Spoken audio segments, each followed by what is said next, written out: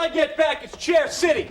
And I'm the guy who's sitting in a chair. Welcome to Ms. Mojo, and today we're counting down our picks for the top 10 things you didn't notice in the Friends apartments. I'm no longer at my job. I had to leave it. Why? Because they made me. You are so just doing this out of spite. Aw, no. I'm gonna wear this all the time. I love this shirt. Monica has a secret closet and she won't let me see what's in it.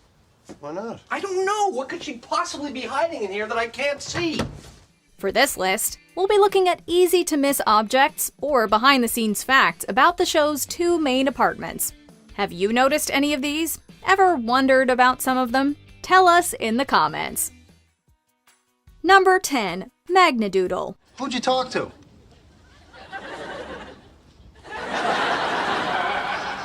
Never mind. You mean you didn't get it from this? Of course you noticed the Magnadoodle in Joey and Chandler's apartment. But did you know that the blue toy didn't make its first appearance on the show until the 18th episode of season 3? Okay, I'm gonna go get Frank. It's such an iconic piece of the Friends set that many people assume it was there from the beginning. But it wasn't. Also, it's been said that except for episodes 18 and 19 of season 3, where the doodle stayed the same, what was written on the toy changed every single episode it appeared in. Here they come. Oh, if she kisses him goodnight, I'm gonna kill myself. I swear. I can't watch them.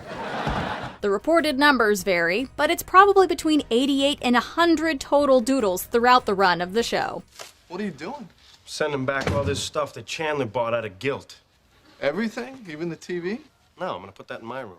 Number 9. What's in the middle of Monica's door? I just grabbed a spoon. When it comes to the door in Monica and Rachel's apartment, the one thing everyone notices and talks about is, of course, that gold frame around the peephole. But if you angle your gaze downward just a couple of inches, you will see this other thing. Guys, there's somebody I'd like you to meet. It kind of looks like a doorknob right in the middle of the door, but what is it really? Well, thanks to Reddit, we know it's an old-fashioned doorbell that works via a crank system on the outside of the door. Everybody, it's Fun Bobby! And if you didn't notice that, you probably didn't notice that the guys have it on their apartment door also. Number 8. A working fridge. Hey, get in line, buddy. I was next.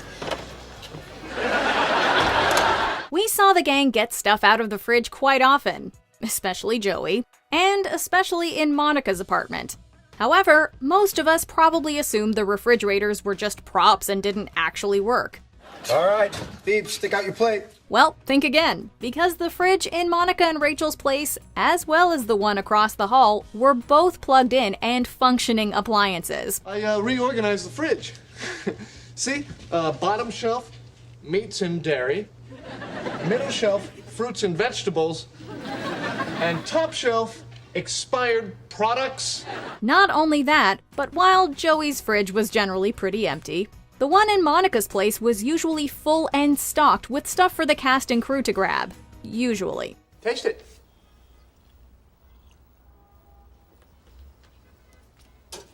Yep. It's fat. I drank fat. Number 7. The frame. That gold frame around the peephole.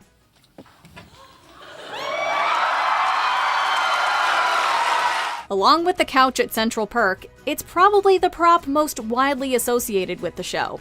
But how did it come about? That's right. I'm taking the essence. Oh, he'll be back. Oh, there's nobody in the room. Well, originally the frame housed a mirror that was meant to be hung somewhere on the set. However, when the mirror was accidentally broken, the show's set designer made the fortuitous call to hang the empty frame on the door.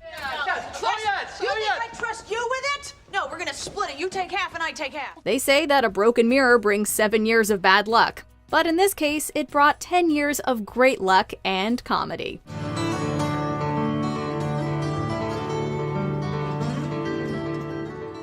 Number 6. That poster behind the TV. The poster behind the television in Monica's apartment is a reproduction of a vintage French advertisement for children's toys from 1885. You're welcome, buddy.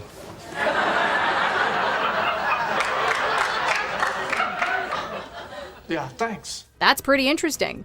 But what's even more interesting is how it ended up there. You see, originally the set decorator had an old 1900s religious tapestry hanging in that spot. Fine, but I want the record to show that I tried to take the high road, because in about 5 minutes I'm going to be saying, However, when the show executives did a walkthrough prior to filming the pilot episode, they didn't think it fit, so he had to switch it out. And that's when the French advertisement was brought in. And if you're wondering if they could have just left the wall uncovered, the answer is no. Because the poster was actually covering a cutout in the wall that was used to film from sometimes. Yeah, and you can get rid of that French poster. I like that poster. Really? Doesn't have anything coming out of it. Number 5. The Secret Closet. calm down, I'm blow drying. Blow drying what? You have no hair. For 8 seasons and 13 episodes, there was one part of Monica's apartment that was never explored. That's right, that green door on the back wall beyond the bathroom. Well, you're not 16. You're both adults now. Get out, you doofus! For all those episodes, it had just stood there closed, taunting us with what might be behind it. Well, on that oh-so-glorious 14th episode of Season 8, we found out. Well, you know, I've been living here for a while, and I have never seen what's inside that closet. What is in there? Feminine stuff. It was a whole lot of Monica's uncategorizable stuff. So the door was just a closet the whole time, you ask? Well, of course not. That wouldn't be very interesting. In reality, it was a door that led to the backstage area. In fact, in one episode, if you look closely, you can see someone walking behind the door during a scene. Okay, well, Janice said, hi, do I look fat today? And I looked at her. Whoa. Number 4. The Reappearing Beam. If Friends took place in Hogwarts, then maybe it would make sense when things just disappeared and reappeared. Everything smells so delicious. You know, I can't remember a time I smelled such a delicious combination of smells. But it doesn't, which makes the beam in Monica's apartment all that more of a mystery. You know, the one that Ross banged into running away from his angry sister. Moncafe! Ow. Well, consider the mystery solved.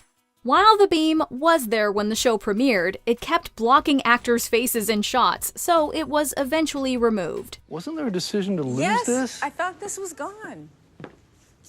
This was here in the beginning, and It kept like... it got in the way. It got in the way, yeah. Sorry, you got lost As it's probably getting in the way now. But James Burrows, the man who directed the pilot episode, thought it was a nice set design element. So, the beam was put back whenever he directed an episode. So what's this? Some of your old stuff. Number 3. Monica's kitchen table chairs. So not impressed. Everybody snacks when they shop. Remember that episode when Monica throws away some of her kitchen chairs? How about the one where she gets new chairs for the kitchen table and brings them back to the apartment? Yeah, neither do we. Challenge extended. Deal. Challenge accepted. And yet, throughout the show's 10-year run, those 4 chairs around her kitchen table changed multiple times. Sometimes they were all different, and sometimes only a couple changed. Hey, What's up? nothing much, just trying to figure out what I'm gonna do for dinner. You know? It's as if she just kept going to flea markets and swapping out her chairs for new finds. To be honest, we're kinda surprised Chandler never made even one snarky and probably very funny comment about them. All right, guys, you better sit down. This is pretty big. Yeah. Number 2, 5 to 20. Paul, this is everybody. Everybody, this is Paul. What's Monica's apartment number? Well, if you've only seen the first few episodes of Friends, then your answer to that question would be 5. However, if you only started watching later in season 1, then your answer would be 20. Don't ring the buzzer for 19. Ring 20. Geller Green, they'll let you in. Huh? Yep, it's true. In the pilot episode and for the first part of that first season, Monica lived in apartment number 5. However, partway through the season, the producers realized that the low apartment number didn't match the perceived height of the apartment in the building. So, they changed the number to 20. We're still going to the game, right? Yeah, And while they were at it, they changed Joey and Chandler's from 4 to 19. Yeah, what's with the trophy? We were at a spelling bee. And I won! Number 1. Bedroom doors to Central Perk. At number 1, we have another case of doors on a set not leading to where you think they do. Rachel?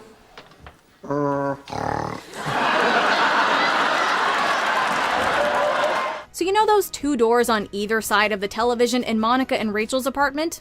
Of course you do. They lead to the girls' bedrooms. So was your mustache, it used to be different? Or do they? Well, they don't. Just like the wardrobe that leads to Narnia, without the witches and lions, those doors lead right to the Central Perk set.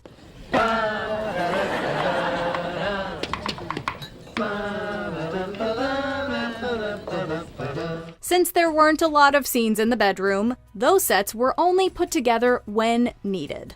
You think I need a new walk? Do you agree with our picks? Check out this other recent clip from Ms. Mojo. And be sure to subscribe and ring the bell to be notified about our latest videos.